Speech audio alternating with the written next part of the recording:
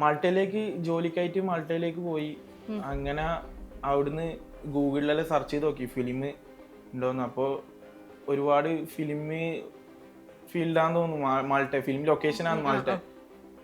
അങ്ങനെ ഓൺലൈനിൽ തന്നെ ട്രൈ ചെയ്ത് ഒരു ഡയറക്ടറിനെ കണ്ടിട്ട് പോയിട്ട് ചാൻസ് ചോദിച്ച്, ഡയറക്ടർ ഇല്ലാന്ന് പറഞ്ഞു, ചാൻസ് ഇല്ലാന്ന് പറഞ്ഞു. പിന്നെയും ട്രൈ ചെയ്താകുമ്പോൾ ഒരു ഫിലിമിൽ ചാൻസ് കിട്ടി, ലാസ്റ്റ് ബ്രീത്ത് എന്ന് പറഞ്ഞിട്ടുള്ള ഒരു ഹോളിവുഡ് ഫിലിമിൽ. പിന്നെ അത് വെച്ച് ബാക്കിയുള്ള എല്ലാ ചാൻസും.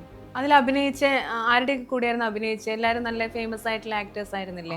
ഗെയിം ഓഫ് ത്രോൺസിലെ ആക്ടേഴ്സ് ഉണ്ട്, മാർവലിലെ ആക്ടേഴ്സ് ഉണ്ട്.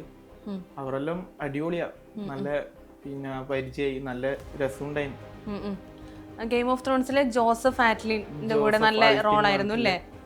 കോമ്പിനേഷൻ സീനൊക്കെ ഉണ്ടായോ?